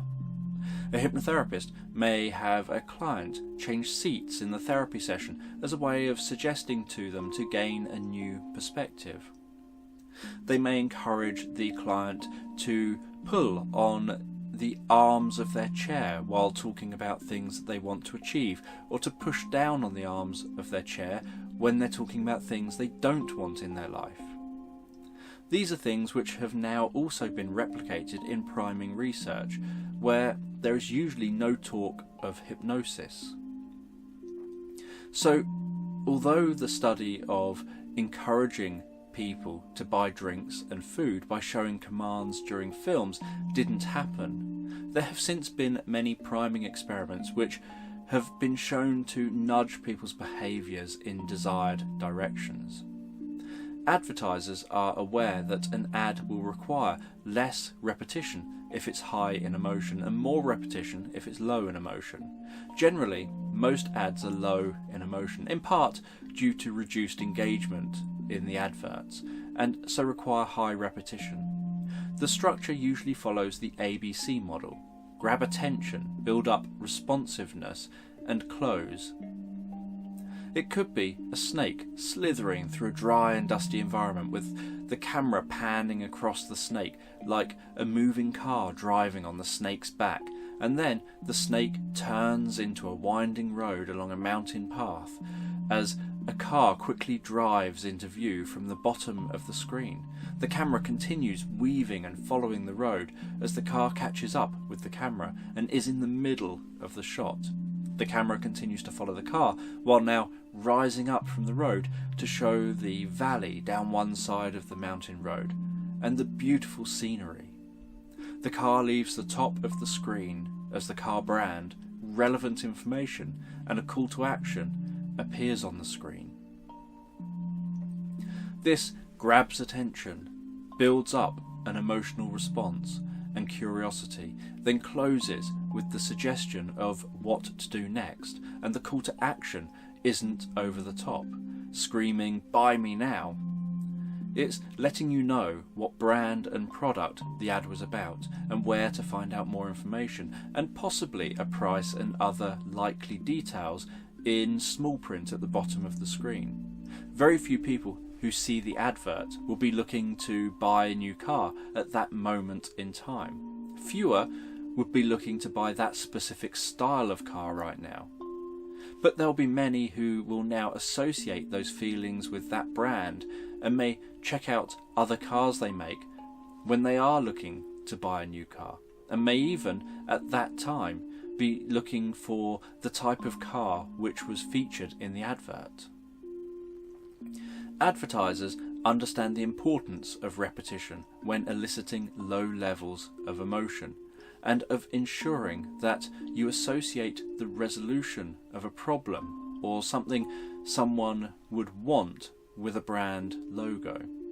Similar to the way a hypnotherapist has to repeat low emotion suggestions many times so that when a context occurs that the suggestions are relevant for, the suggestions encourage a response in the desired direction. So with Apple, the symbol and the colour white, like white headphones or earbuds, is associated with clean, premium, high quality, expensive products, whereas the logo for Coca-Cola or Pepsi is associated with sweet, fizzy drink. Every person will have their own perception on seeing a brand, but there'll be a general consensus about a few ideas which most people will share. So if you dislike the idea of drinks like Coca-Cola or Pepsi, then this will be mixed with your perception of the brand. If you think Apple products are overpriced or unethical perhaps for the way that they're made, then this will be mixed with your perception of Apple. But these brands will be banking on most people perceiving them as they want to be perceived.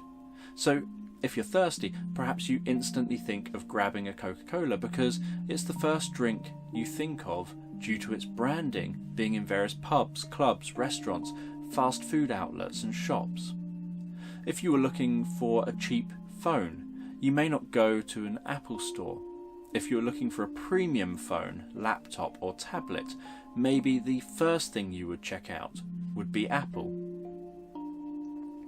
Generally, advertisers' use of hypnosis is the least dark side of hypnosis that's been covered in this documentary. It isn't so targeted and manipulative, and usually doesn't have the potential for such negative consequences, although advertising can be used to promote fake or incorrect information in such a way that people buy into it and believe it. It can influence people to believe harmful things like smoking are good for you. It can encourage harmful behaviours like eating an excess of unhealthy food. For example, the Milky Way chocolate bar was promoted as the snack you can eat between meals, at a time when people rarely snacked between meals, encouraging people to start doing so and claiming that this product is fine for that purpose. This can clearly be seen through the lens of hypnosis with what's been covered in this program, from the tagline being a suggestion to encourage snacking and encourage eating when snacking at this time wasn't something people did, reframing that held view about snacking between meals.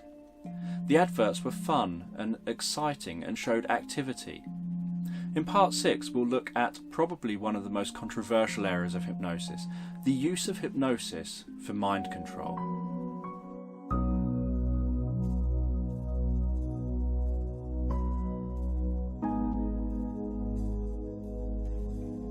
I can hypnotise a man without his knowledge or consent into committing treason against the United States, claimed George Estabrooks. Probably the most well-known example of the use of hypnosis in mind control are the projects carried out by various governments around the world, especially Russia and the United States, like MK and Project Artichoke. Mind control studies using drugs, hypnosis and various other methods had been active since at least the 1930s. George Estabrooks worked on the projects and claimed that it was possible to create sleeper agents, people who wouldn't know that they were American agents working in Russia, who could embed themselves deeply undercover without knowing that they're a spy. Then, with a word, phrase or another trigger, they could be activated to then reveal secrets that they've gathered. It was felt that some people could even be turned into assassins, similar to what is described in The Manchurian Candidate. Sirhan, who killed Robert Kennedy, claims to have been hypnotised to kill without his knowledge, that he has no memory of carrying out the crime or of the interview after the event. There have been scientists who have confirmed that there are ways this could potentially be achieved using hypnosis and other techniques, But it's unlikely to be a quick thing, not just a case of meeting a hypnotist once and then being programmed to kill. With no knowledge of the encounter with the hypnotist or of the killing of or subsequent police interviews, it would likely have taken an extended period of time to achieve this, and Sirhan would likely have been selected somehow. In the 1930s, George Estabrooks worked with the FBI on creating hypnotic informants.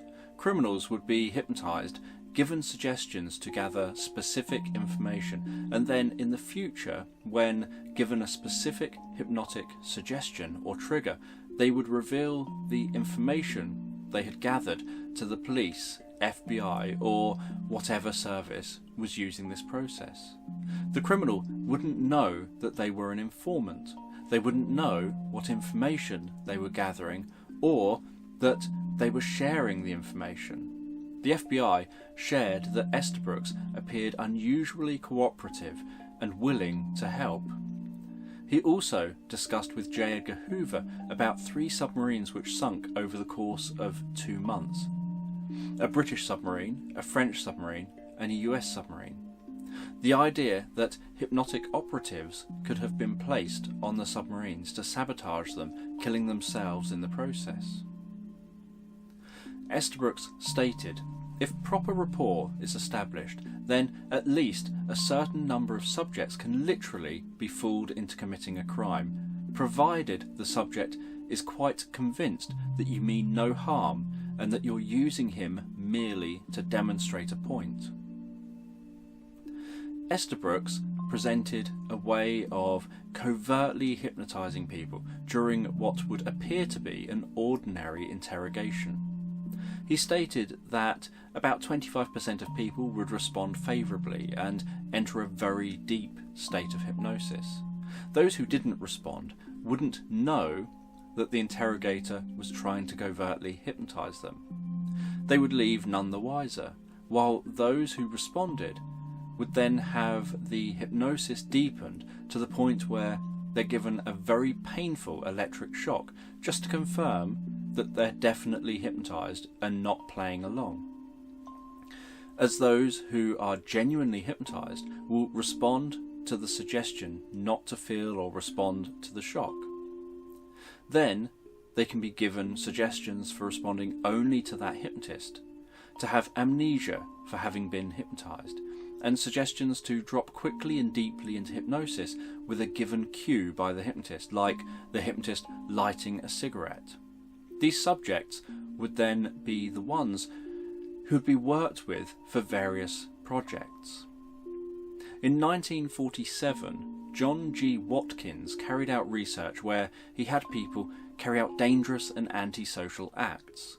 These experiments were made safe, but Watkins concluded that if you distort the person's reality, it can bypass any conflict with their moral compass. One of his experiments involved convincing army privates that senior officers were Japanese soldiers trying to kill them, and that they must kill or be killed. One private leapt across the table and started to strangle his superior officer, something which they never would have ordinarily done. 3 people were required to pull the private off of the officer.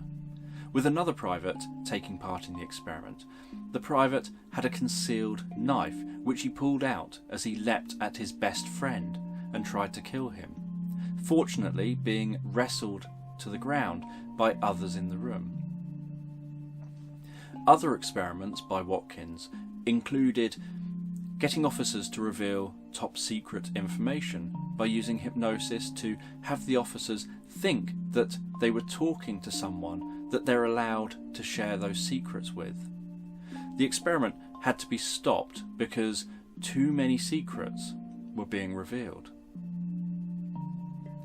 Hypnosis was also used to encourage innocent people to admit to crimes that they'd never committed.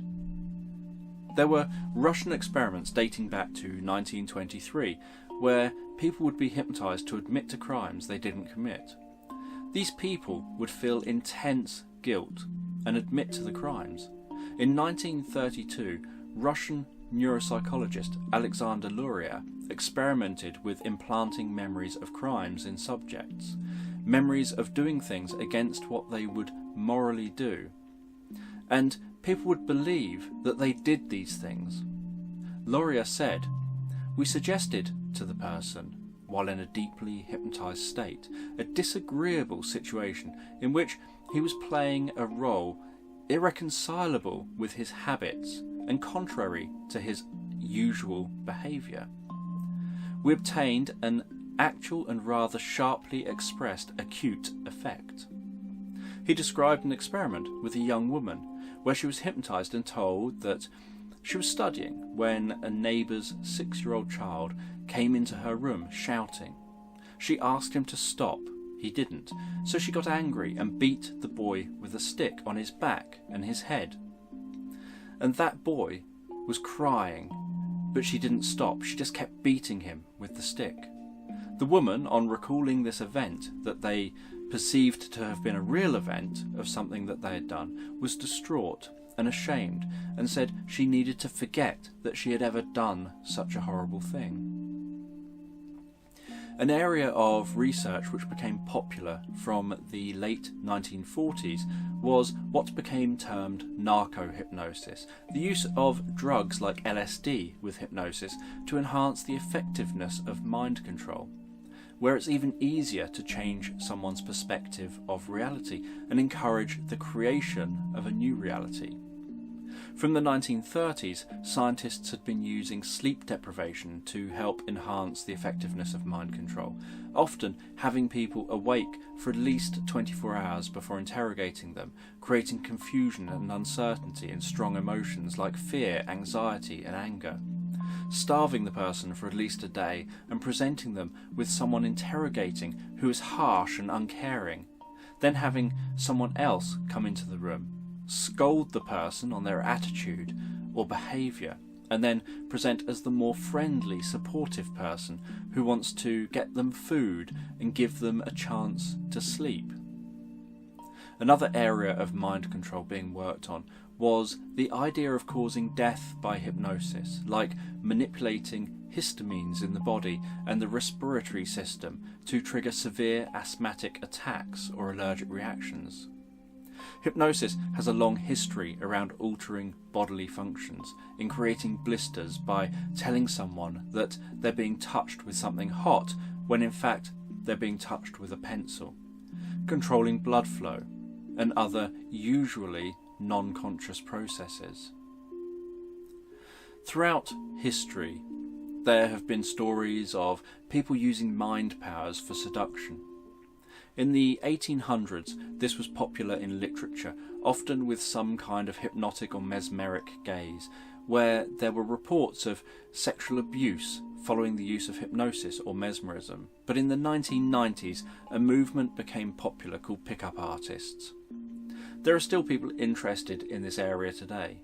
The idea was to use various hypnotic techniques to encourage people to sleep with you. It doesn't work with everyone, so one of the first things taught is to handle rejection, the idea being that you want to get through the rejections as quickly as you can, to get to the people who are more responsive to what you're doing.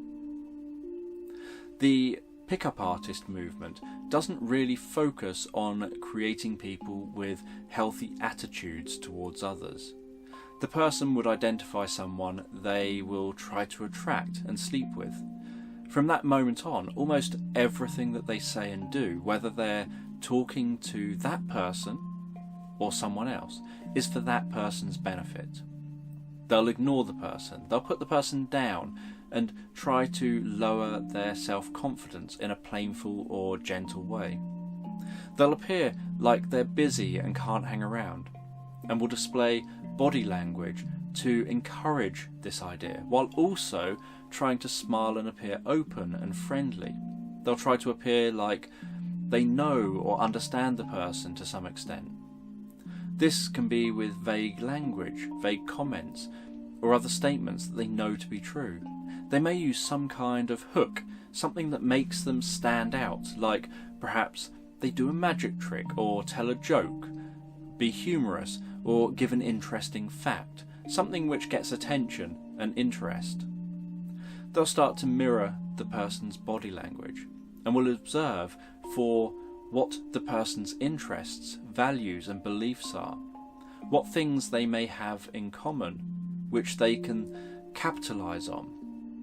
They'll talk about feel-good memories and experiences of excitement, of love or attraction, and they'll anchor these states perhaps with a touch on the arm or the back of the hand. They'll often touch a lot, especially on the upper arm or the back of the hand, and may find excuses to do so, like, I can read palms. No, really, I can. Here, let me show you. They'll be focusing on getting to a close, which could be something happening now, or it could be that they'll go home with the person at the end of the night, or having the person's phone number. Everything they do will be focused on manipulating the person to get to this goal.